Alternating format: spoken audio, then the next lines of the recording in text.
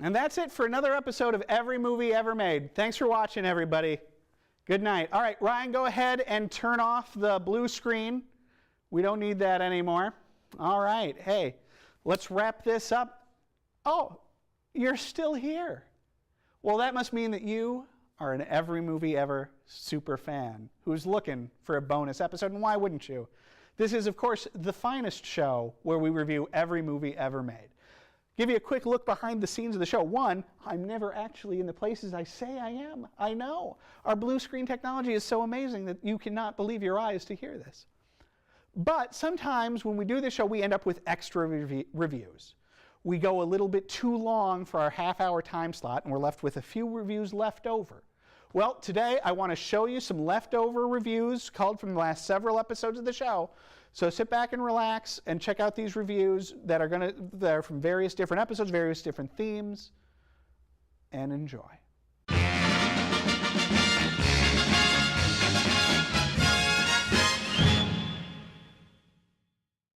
Now, folks, I wish that I could be standing here giving you a review of M. Night Shyamalan's latest movie, Split. I cannot, though, because I have not seen it.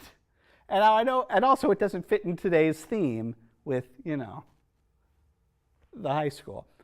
Why do I wish that? Just because I'd like to be talking to you about something different, something I hadn't seen, rather than talking to you about the movie that Split is somehow a sequel to, and that is Unbreakable. This is M. Night Shyamalan's second movie. After the big success of The Sixth Sense, he comes out with Unbreakable, which is a superhero movie wherein Bruce Willis slowly realizes that all this time he's been invulnerable and super strong. Bruno, come on, man. You never just, like, as a jerk, tried to pick up a car just with your friends and be like, oh, look at this, and then picked it up and went, oh, man. I don't know. You never notice that you never get sick or cut yourself shaving or something like that? This movie, also, Bruce Willis, your kryptonite is water? Bruno. In any event, this movie suffers the problem of all later day M. Night Shyamalan movies, which is that it has a very flimsy premise, and that premise is easily picked apart. I don't want to pick it apart necessarily, but you're watching this thing and it just never quite holds water. It's also, for a superhero movie, not terribly exciting. You definitely get the sense that if it were made today in this current superhero renaissance, that there'd be a lot more daring do from Bruce. Whereas in this movie, there's a lot of him lifting heavy paint cans to find out how strong he is. Whee! It was okay. I remember being super disappointed by this movie at the time. I'm not going to be quite as harsh on it now as I would have been then, but I'll give it 2 stars. Men of Honor is a stirring naval drama about Cuba Gooding Jr. and somebody else is in it. And there's a courtroom portion to it wherein they're trying to figure out the ins and outs of a diving suit or something. Listen, I don't remember this one super well. I remember liking it okay. But now, years later, I have to admit, I don't remember anything about it. I remember seeing it at the time feeling like, oh, that was all right, but not being... It was a super Oscar bait type movie that came out, and then you went to see it, and you were like, oh, this isn't that good, is it? But it was okay. And so I'm going to give Men of Honor 2 stars. Imagine my disappointment, folks. Here I am, a high school teen, a high schooler. Here I am going to movies every Wednesday. I'm seeing a lot of garbage. Yes, I'm doing this to myself. Don't worry about it. But I'm seeing a lot of garbage. And then one day I get to go to the movie theater. And they are showing the latest movie featuring my hero and yours, Arnold Schwarzenegger. And not only is this a movie starring Arnold Schwarzenegger, this is a movie about cloning starring Arnold Schwarzenegger, which means that at some points in the movie, there are 2 Arnolds on the screen together and talking to each other. I'm not the clone, you're the clone. No, you're the clone. That kind of a thing. It should be amazing. It is not. Throughout the movie, it feels oddly like sort of a warmed over and not as well directed Total Recall. It's, Arnold running around in the future, and what I think is also a loose adaptation of like a Philip K. Dick novel or something like that. It's not very good. It's not very creative. The novelty of multiple Arnolds on screen is never realized. What you want is multiplicity starring Arnold. I think probably the mistake they made here is by trying to make a dumb action movie instead of bringing in your favorite and mine, Funny Arnold, to do a Funny Arnold movie where there's 5 or 6 Arnolds running around. And I don't know, maybe they team up with Michael Keaton and the 2 or 3 Michael Keatons from Multiplicity. I don't know. But what I can tell you is that this movie does not give you what you want. It is a low point in sort of the latter-day pre-gubernatorial Arnold career. 6th day, 1 star. Now, if you're just a regular person sitting at home watching public access television, you probably don't spend a lot of time being real nerdy about Star Trek. That's what I'm here for. And so you probably don't know that there's this thing on the internet where Star Trek fans get together and they make like their own Star Trek movies. Yeah, this is a thing. Now, I had never watched any. I've tried watching a couple and they're not really for me, and that's fine. I'm glad these guys are having fun doing it.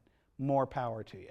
But I finally decided, because I needed some more movies to pad out this episode, to watch a couple of them. I started with Star Trek Renegades. This is a movie, it's hard to call this a fan movie. It is. But what makes it hard to call it a fan movie is like it was co-written and then directed by Tim Russ, who played Tuvok in Star Trek Voyager. And he and a lot of other like ancillary Star Trek professionals, both in front of and behind the camera, got together to make what is essentially a pilot that they tried to sell to CBS. And then CBS went, we're good. So you've got Tuvok in this thing. You've got Walter Koenig as now Admiral Chekhov is in this thing. You've got that kid that was Icheb, the little boy Borg in Voyager. He's in it. The holographic doctor guy makes an appearance in it. There's a bunch of people like that in it. Plus, somehow, and I have a lot of questions about this, Sean Young is in it.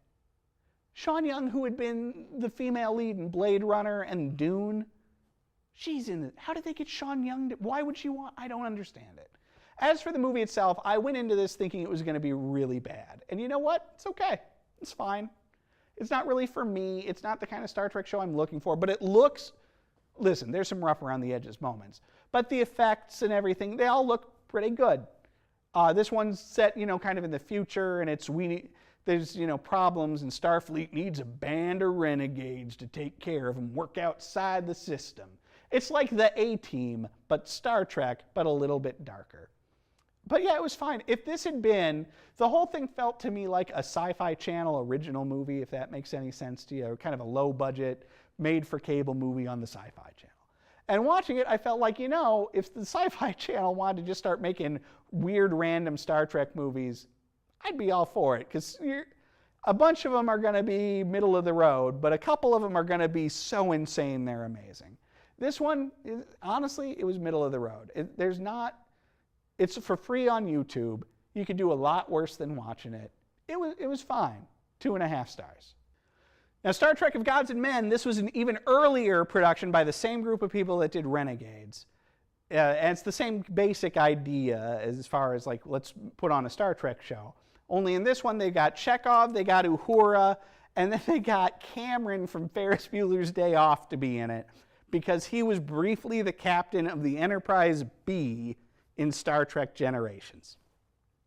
And they tell this story in this thing that is somewhat incomprehensible, but involves an old villain from the old Star Trek show messing up the timeline.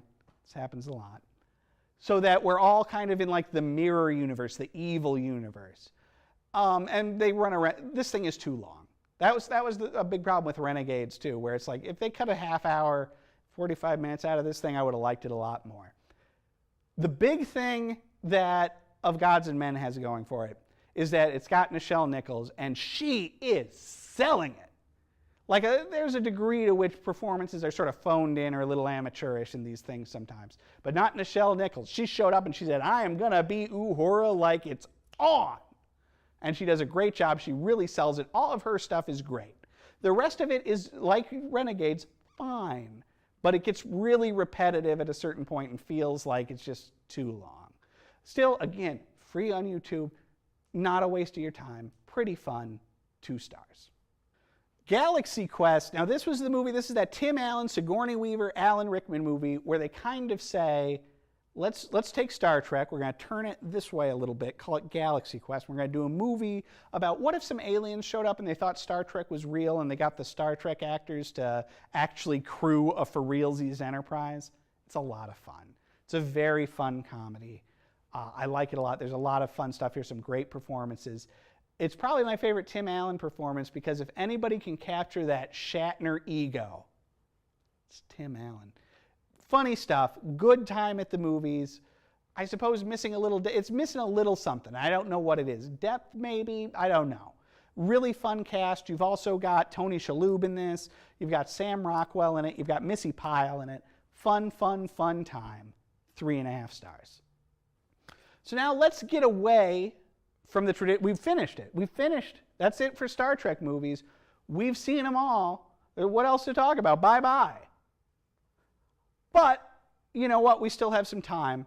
So why don't we talk about Star Trek-related movies? And let's start by talking about Chaos on the Bridge. This is a documentary that William Shatner woke up one morning and decided to make. That's all about the difficulties that they had on the set of the first 2 seasons of The Next Generation. It is no secret that the first 2 seasons of Star Trek The Next Generation are lame. And so they decided to do, and that was because there was so much dumb stuff going on behind the scenes. And so this is a whole documentary about how the writers didn't get along, about how Gene Roddenberry had lost his damn mind, about how the stories are bad, all of that. As the documentary goes, it's fine. It's sort of hampered by weird production choices, like Shatner insists on tying everything back to poker in a weird way. But it's an interesting and fun watch that boy, 2.5 stars. Trekkies is another Star Trek documentary. This time Denise Crosby, who played Tasha Yar in 1 season of The Next Generation, wakes up one morning and she has the most original idea you've ever had. Hey, Star Trek fans are really into Star Trek. Let's do a documentary about it. The documentary is fine. It's sort of interesting. It's watchable and kind of worth a watch. It is a little bit, I feel like its heart is in the right place and that it wants to like really, praise Star Trek fandom, but it really gets mired down in focusing on a few weirdos that make Star Trek fandom look as, just as nerdy as a Saturday Night Live sketch. Like this lady who was a juror in like the OJ trial or something, and she insisted on doing jury duty in her Star Trek uniform every day. And listen, more power to you, lady. You fly that freak flag high. But when we're talking about a documentary that's supposed to be about, all the positive moments of fandom, there's a little too much, look at this guy going on in it. Still, if it's on TV, watch it. Why not? Who cares? 2.5 stars. This next one, now we're getting really tangential to Star Trek here with Free Enterprise. This is a movie that is a dramedy about some Star Trek fans. And there's Star Trek jokes in it, but they don't lean on it too hard. So in that way, it is kind of what you wished Trekkies were, where it's a very positive view of Star Trek fandom. It stars Eric McCormick, Will from Will and Grace, and it's about him and his friend, just living, trying to get girlfriends, that kind of thing. It's a very post-Quentin Tarantino slice of life kind of a movie. Shatner's got a fun cameo in it where he does a rap of the to be or not to be speech that you've got to see. It doesn't quite work for me. It has that sort of lag that I think a lot of 90s indie films has. The Star Trek connection is fun but not overdone, but it's still what it is. So I'm going to give it 2.5 stars. But a movie that does the whole let's do a movie about fans thing way better, that's Fanboys. This is a comedy from a few years back. You probably didn't see it. It's about a group of Star Wars fans. Hold on, I know we're talking about Star Trek and these are Star Wars guys. Just hold on. It's a group of Star Wars fans that includes Jay Baruchel and Dan Fogler and Kristen Bell, of all people. One of their friends has cancer and he's dying. And so they want to take him to Lucasfilm and beg them to let him see Star Wars Episode 1 before it's out in theaters because he's going to die before he can see it. It's a very sweet movie. It's very funny. It features very positive characters. that are nerds and are into Star Wars, but aren't super weirdos or anything. There's a really solid movie about friendship. It's a really well told story and really enjoyable, that also for some reason features Seth Rogen as a maniacal Star Trek fan, there's your tie-in, who runs into them a few times and is kind of an enemy to them. It's really fun. If you haven't seen it, try and find a copy. It's well worth watching. I like it a lot. 4 big stars. The Color of Night is a bad movie. Full stop. But it's a good bad movie. This is the kind of bad movie that you turn on and you watch it, and for 2 solid hours you're sitting there going, what is going on? Why would they do this? This is a late 80s, early 90s. This is when they were trying to make the erotic thriller a thing. And The Color of Night is one of those, where Bruce Willis, his wife has just died and he's colorblind for some reason. And he starts going to a psychiatrist and he gets into group therapy. And somebody starts killing the members of the group therapy session, one by one. And by the way, it is all insane. Like, one of the chairs in the group therapy room is a giant baseball glove. I don't know what to tell you about that. The psychiatrist is Scott Bakula from Quantum Leap. And I always like when Scott Bakula appears in a movie, because I like to pretend he's just being his character from Quantum Leap, but that's beside the point. He's the psychiatrist, but he's also Bruno's best friend. So I guess that's not a conflict of interest somehow. And so they stay in the same house together. And I think Bruce Willis is also a psychiatrist. And so when Scott Bakula gets murdered, Bruce Willis tries to take the group over. Doesn't make any sense. You've got Brad Dourif, the great bad guy actor. Brad Dourif is one of the group. You also have Lance Henriksen in there, so you got a couple of genre greats showing up. And then also in the group is Jane March, the female lead, who shows up as Scott Bakula's girlfriend, then turns into Bruce Willis's girlfriend, and she's naked for about half of the movie. But for the other half of the movie, she's in the group pretending to be a boy. And we're supposed to pretend that we don't know it's just the same person, because none of the characters realize it. It's insane. This movie is nuts. Again, it is not a good movie, but you might want to see it just to see how nuts it is. 2 stars. I finally watched Death Becomes Her the other day. I'd never seen this one. This is the one where Meryl Streep and Goldie Hawn get their hands on an immortality serum. But while it makes you immortal, it does not, like if you get hit in the head with a shovel and it spins your head around, which is something that happens to somebody in this movie, your head stays spinned around. You're not dead, but your head's all twisted around. So Meryl Streep and Goldie Hawn are both vain, self-image obsessed people who become immortal and then wail on each other with shovels and shove each other downstairs and things. And a man, like at one point Goldie Hawn's got a giant hole in her that's not ever going to go away. And Bruce Willis is the guy that they're fighting over. So yeah, Bruce is in this movie. It's directed by Bob Zemeckis, so the effects work is pretty fun, and it's a fairly fun movie. It is not a great movie by any means. It's a movie that's certainly trying to say something about vanity, but sometimes that comes across as a bit sexist and a bit ham-fisted. A decent enough time. It is fun to watch Meryl and Goldie ham it up. 3 stars. Okay, so The Fifth Element. This was a big movie in my house when I was growing up. My dad loved this movie. We kind of loved it too. The Fifth Element is a super crazy future sci-fi movie from Luc Besson, a kind of a weird French director who also, he did like The Professional, and he just did that movie Valerian. He makes both pretty good movies and really weird bad movies. The Fifth Element is somewhere in between. It's got this insane future aesthetic where Bruce Willis drives a flying future space cab, and he ends up meeting Mia Jovovich, who is some sort of space angel who is there to help, I don't know, bring order to the universe or something. It's a pretty fun, bizarre, Heavy Metal the Magazine, if you know what that is, inspired movie that is chugging along pretty fun, doesn't quite know what to do with Mia Jovovich in a way that's a little disappointing. But it's chugging along just fine. And then Chris Tucker shows up, as a space DJ who is crazy obnoxious and will not shut up for like the next hour of the movie. And that really derails what up until then had been a kind of a fun but really cool looking movie. So as it stands, I don't know. It's pretty fun, but oof, it gets real out there sometimes. 3 stars.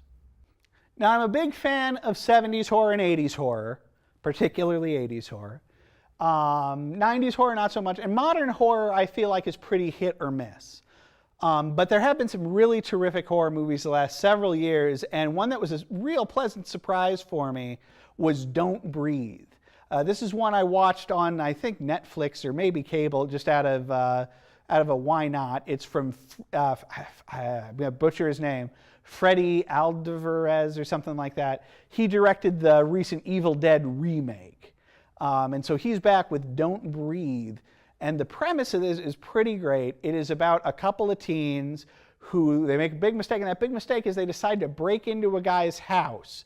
They've learned about this blind guy in their neighborhood that they think has a bunch of money. So they're going to break into his house and steal his money, and he's blind, so they figure it'll be easy. Turns out the blind guy is not only an ex-military guy, but he has a whole other dark secret that is a pretty good mid-movie twist that I don't want to spoil for you. Movie gets a little bit gross at the end and also goes a little bit long. It kind of does that thing where the bad guy comes back a couple too many times for me, but it was super entertaining, super well put together, and a much better movie than I would have expected. A very pleasant surprise of a movie that is really involving. It's a very easy movie for you to put your shoes in the main characters and think about how you would get out of this house, which does sound very easy on its face, but for reasons I don't want to spoil, is not. This was a really terrific movie. I really strongly recommend it. 3.5 stars. I had similar hopes then for Beyond the Gates, which is a movie about a haunted videotape. And if you think back to The Video Dead, obviously I like the idea of some sort of haunted media. But this one isn't great. It's about a couple of kids who their dad has died, and he had a video store, and they go and clean out the video store, and they find this tape that was part of one of those videotape board game deals, and they start playing with it, but then they find out that it's like haunted and evil, and that maybe their dad got sucked into the world of the tape. It is a movie that I think both doesn't do enough with its premise and which overcomplicates its premise. A very good example of that is that it's this videotape board game thing, which is sort of an obscure thing that I'm not sure a lot of people know that they had those, and makes me go, well, why isn't it just a haunted videotape? Why does it have to be more than a haunted videotape? You know, it's one of those kind of things. It's okay, but it's pretty drawn out, and it has a lot of scenes that don't really go anywhere. So I'm only going to give this one 2 stars. Hey, thanks for watching. So that was it for these bonus reviews, these leftover ones. I'm sure we'll have another one of these episodes again. So thanks for watching Every Movie Ever.